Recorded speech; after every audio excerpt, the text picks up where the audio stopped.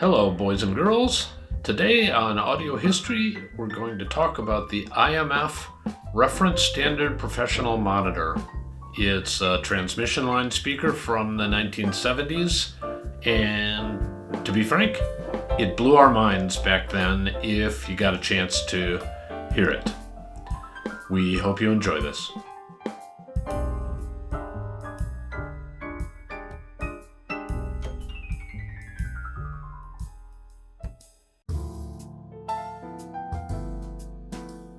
All right, let's get in the Wayback Machine and talk about IMF Electronics and their transmission line speakers. And we're going to specifically focus today on the Reference Standard Professional Monitor, but honestly, some of what I'm going to say applies to their other speakers. So, IMF Electronics was founded in the late 60s or early 70s. The history is a little bit sketchy, but basically a audio importer, Irving M. Freed, got a chance to demonstrate some equipment, a tone arm, and maybe a cartridge that John Wright in the UK was involved with.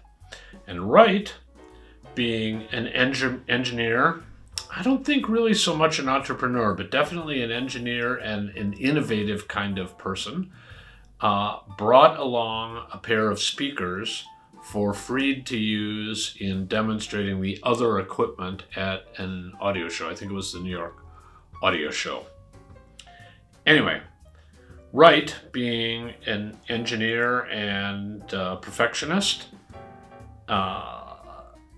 built a transmission line speaker, and transmission line speakers were a new idea in the early 70s.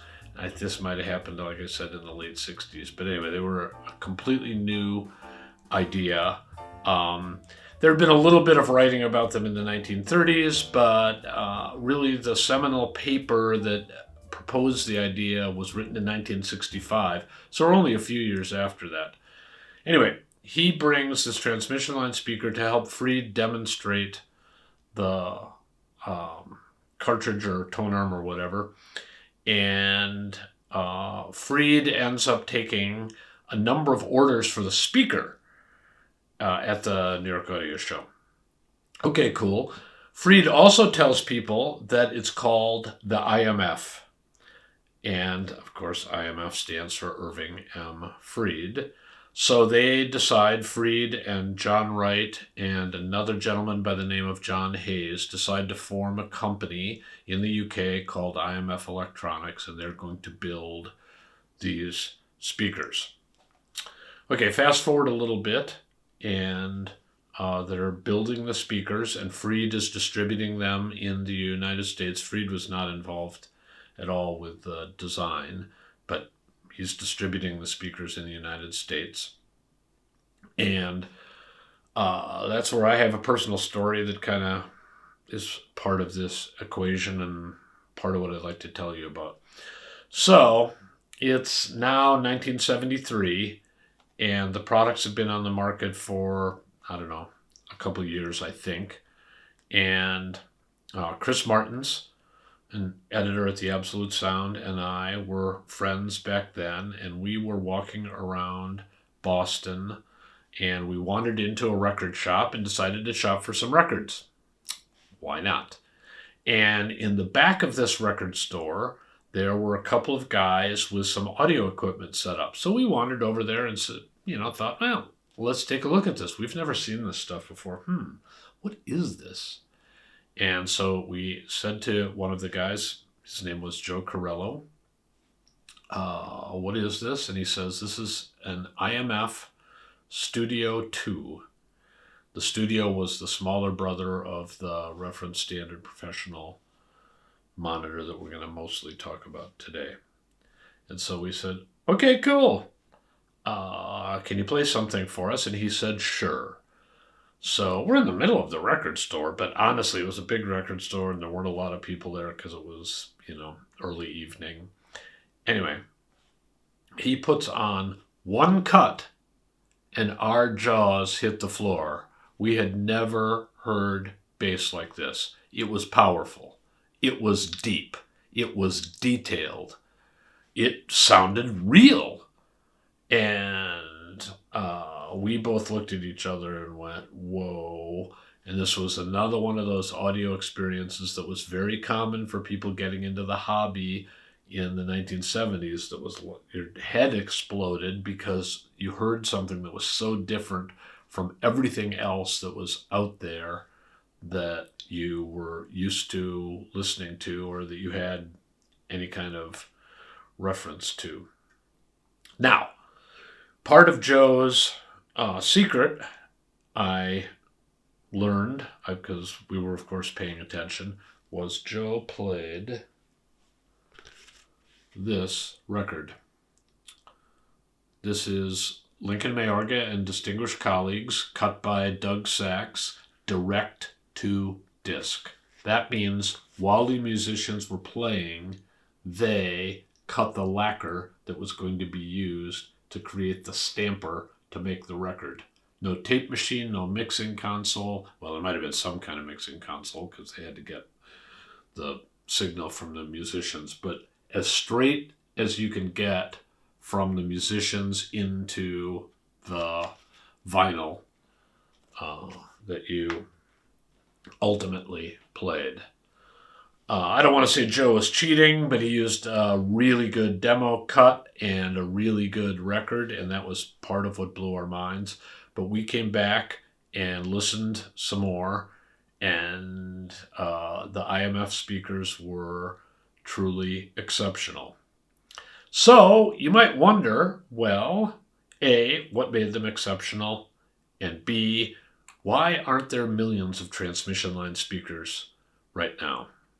I'll be back in a second to tell you a little bit more about that. Hello, ladies and gentlemen. I'm Tom Martin, executive publisher of The Absolute Sound and a reviewer here on the TAS YouTube channel. I'd like to make you aware of an offer to get our weekly newsletter simply by providing your email address through the link that's on screen right now, or there's a link in the show notes below. Twice a week, we will send you written audio reviews, music reviews, news of new audio gear, and our 3 times a year Editor's Choice, Product of the Year, and Golden Ear awards so that you can find the best audio equipment that's currently on the market. It's easy to sign up, and we hope you'll join us. Now back to the show. Okay, let's start with what is a transmission line speaker. It's a box speaker. It has conventional drivers, woofers, mid-range tweeters. John Wright at IMF liked to use tweeter and super tweeter arrangement. I think that might have been a function of bandwidth limitations of the tweeters that he could get at the time. But anyway, he used a 4-way design. And the key to the transmission line is the transmission line. And what you have is and we'll put, IMF had beautiful cutaway diagrams back then, and we'll put one on the screen for you. But essentially you had the woofer in the box, and then there was a channel that went back from the woofer and then down, and it wrapped up and came over the top, and the sound, the rear wave sound from the woofer came out a pair of vents down near the bottom of the speaker. This pathway, called the transmission line, was stuffed with some kind of wool material or fiberglass material. It could also have been foam, and the people are using foam now. I'll tell you more about that in a minute, but I'm pretty sure the IMFs were stuffed with either fiberglass or some kind of loose-ish wool material. Why does this work? What is the big deal about this?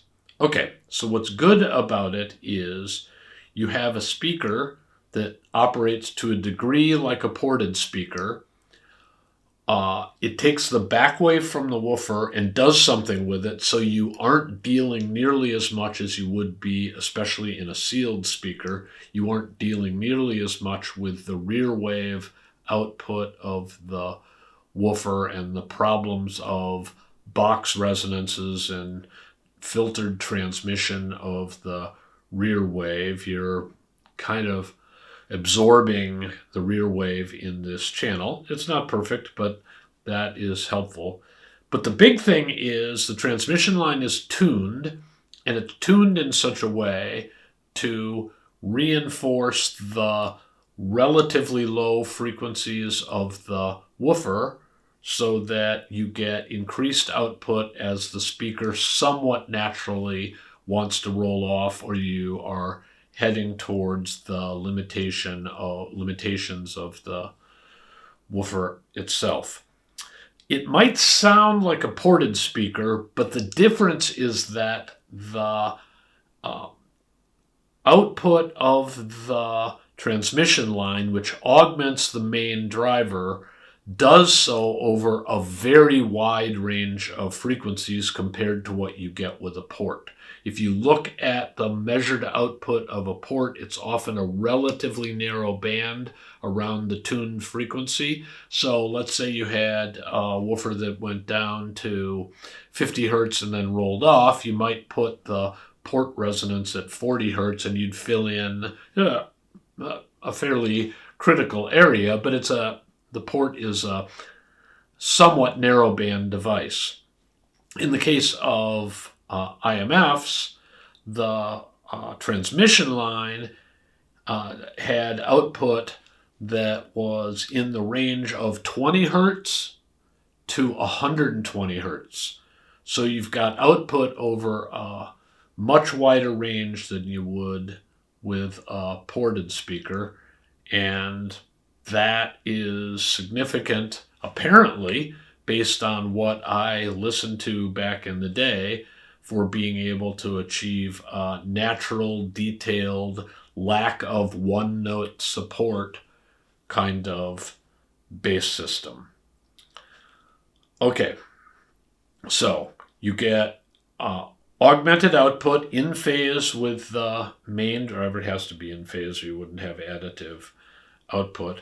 In phase with the main driver, and you have that, depending on the tuning of the transmission line, over a relatively broad band, so you're getting quite a bit of support, and if you tune it right, that support is matched to the main driver, and you get powerful, deep, and detailed bass. What can I say? It worked. So that leaves us with, well, why isn't everybody doing transmission line loudspeakers these days? And we'll get to that next. Okay, let's talk about the IMF Reference Standard Professional Monitor. I'm going to concentrate on the Mark IV because that's the version that I have experience with, but I think the Mark III through the Mark VII were relatively similar, and John Wright was refining the design, and maybe he had access to different drivers along the way. But let's ask ourselves the question, if transmission lines sound so good, why doesn't everyone use them?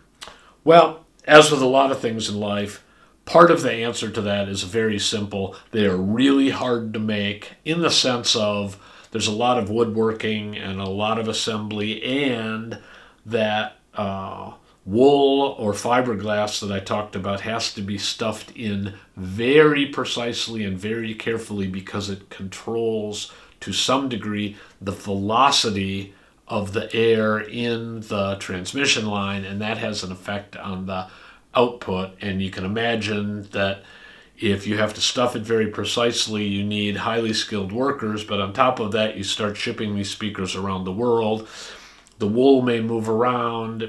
It's a potential nightmare. So you have a mechanically complicated enclosure to build. It's a big enclosure. It's a heavy enclosure The reference standard professional monitors were 42 inches tall by 20 inches wide by 16 inches deep. They weighed 120 or 125 pounds. So these are big speakers, and again, you have to put yourself back in this time frame. The AR3A and the Advent loudspeaker were what people were thinking about, and these were box speakers that were, 24 inches tall and weighed 30 pounds. I'm guessing here, but you get the rough idea. So these were much bigger, much more complex speakers, and they were, as a result, much more expensive. I would say in today's dollars, very round numbery, a pair of Advent speakers was about $2,000 in today's money, and a pair of reference standard professional monitors was about $20,000. And in 1975, 1974, whatever, mid-70s, whatever time frame we're talking about, people just didn't spend that kind of money on hi-fi equipment for the most part. So, hard to build in the sense of skill set and making the product actually show up on the customer's site the way it was built in the factory. And as a result, expensive, heavy, hard to ship. It's a difficult kind of speaker. But that's not the whole story. Part two of the story is, in very simple terms, about this time, there was work done by Australian, I'm going to say physicists, engineers, to characterize mathematically how the main speaker types like acoustic suspension and ported speakers worked. You had a set of parameters for cone diameter and suspension stiffness and box volume and those kinds of things. And with those, you could use a mathematical model to design a speaker. And then when you built it, it came out fairly close to that. And I'm sure you had, all engineering involves tweaking, but with a minor amount of tweaking, you could get to where you needed to get. The problem with transmission line speakers was there wasn't a mathematical model of how they worked. They were done by, you could say, seat of the pants. They were done by highly intelligent, motivated engineers who had to do, I'm sure, a lot of trial and error. And that means when you've got a passionate guy like John Wright, you get somebody who wants to build that kind of speaker and does build that kind of speaker and puts that kind of speaker out there, but other designers don't adopt it readily because fundamentally they don't completely understand it. Neither does IMF at this point in time, but IMF has enough empirical experience, enough playing with it kind of experience that, they kind of know how to do version 2, version 3, version 4, and you can see that in the fact that, my knowledge, personal experience comes with a reference standard professional monitor 4, but obviously there were 3 versions before that, and they got to the version 7 in 1977, I think. So we're talking about essentially a new version every year. So they knew enough to make it better and better and better. But if you were somebody who looked at this and said, oh, this is really a cool design and this really works well, and high-end is becoming more accepted, and there will be more people who want to buy expensive speakers, and I'm going to build a company around this idea, you're starting from ground zero with none of the experience that IMF had, and that's a little bit of a barrier to entry. So that, I think, is a big thing. The third thing is Irving M. Fried, in the United States again, looks at this and says, well, these things are really expensive to make, and John Wright is a perfectionist, and he does a really good job, and he makes beautiful speakers, and I'd love to keep importing them, But we need to bring the price point down. So I'll design, I don't know that it was Fried himself, but I'll hire somebody to design more conventional Advent AR3A sized speakers. We will market them as being transmission line speakers, but essentially they'll be ported speakers. And that's how we'll sell enough volume and make enough money to get from here to there. Wright and John Hayes and a third partner who were actually invested in IMF Electronics in the UK didn't like that. A lawsuit happens. There's a slow, messy breakup. So IMF Electronics loses its distributor who's built the distribution network in the US. So that doesn't help at all. And on top of that, I'm sure it was a distraction because, when you're a small company, it's often all you can do to get your product out the door and design the next version. And now you're going through a lawsuit and all of that kind of stuff. Anyway, eventually, Wright decides to abandon, or the team, because I think Wright was purely the engineer and the other guys were the executive team. But anyway, IMF decides to abandon the IMF brand.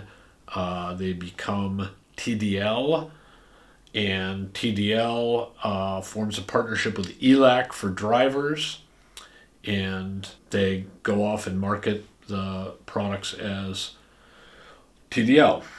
Cool, but that's kind of an interruption. Then, as if we don't have enough interruptions in the story, then as I understand it, around 1980, John Wright becomes interested in surround sound. He gets involved with a group of people who are inventing the ambisonics technique, which is technically, I guess, a very nice surround sound technique. But at that point in time, the world was having trouble digesting one surround sound approach and really wasn't ready for another surround sound approach. So now you've got a distracted engineering team to a degree. I say distracted. An engineering team led by maybe a genius who's working on another major project. This may remind you of Henry Klaus with video equipment, if you watched our segment on the Advent loudspeaker. But anyway, there's some division of attention span here, which I'm sure didn't help. So there's that. Then I want to bring in two final things, not that you really need to understand this, but this is what happens in practical reality. There can be a great idea, and it's just sailing into the wind, man. Anyway, two other things that I want to close this. Why isn't everything transmission line? In addition to the mechanical parameters or the mathematical model of the speaker not being there, we now know once you get that mathematical model, you actually need different kinds of drivers, woofer particularly, to go into a transmission line design to optimize it. And so if you're somebody starting a loudspeaker company or somebody trying to add a transmission line speaker, you can't just turn around to Focal or somebody else and grab a driver off the shelf. You've got to commission a custom design that's built to the parameters that fit with a transmission line. So we're sailing into stronger and stronger headwinds here. And then the final thing I want to say is I don't think, this is my personal opinion from listening to many, many, many IMF speakers, I don't have experience with the TDL generations of transmission line speakers. But from listening to the IMF speakers, I want to say Wright's genius at doing transmission lines didn't extend, at least with the technology of the day, to the mid-range and high frequencies. I'm not saying they were bad, because you look at some of the measurements and they're mind-blowingly good. But nonetheless, I don't think he ever had the love affair from the customer base or the reviewer community that made the whole speaker seem mind-blowing at the level of the bass is mind-blowing. And I think that held him back a little bit, particularly given the price point. You add all this up, and anybody who's looking from the outside at what's going on is going, well, IMF and TDL are tiny little companies that aren't getting a heck of a lot of traction. Why would we want to try that? Let's go do a simpler, easier thing and figure out another way to make great loudspeakers. And there were lots of other ways to make great loudspeakers, and hence we don't have transmission line speakers here, there, and everywhere. PMC does make transmission line speakers. The mathematical models were eventually worked out in the late 90s or early 2000s, which I think has helped PMC a lot. PMC has also done a lot of development work on figuring out how to line the transmission line with more stable materials like foam that do the job that the wool or fiberglass did back in the day, but are far more stable mechanically and far easier to install. So if you're interested in what I'm talking about, you might want to go check out what PMC is working on, because, again, transmission lines are not easy, but they are kind of a thing. And nowadays, when we have $50,000 and $100,000 and $750,000 speakers, I think with the high end evolved the way it is, the assembly requirements and the size and all of those sorts of things are something that we've come to accept. There's a big high end, $20,000 speakers or $50,000 speakers are well accepted, and that would make the whole process significantly easier. Now, whether you can achieve what transmission lines do another way is, I think, an interesting question. But there you have it. Amazing speakers, completely off the charts different in sound and readily apparent to practically any listener. And this was all 50 years ago. So, yeah, it was a thing. Let me say that. And those of you who've heard them will know what I'm talking about. I hope you've enjoyed this episode of Audio Basics on transmission line speakers, and specifically the IMF reference standard professional monitor. If you like this video, please come back for more.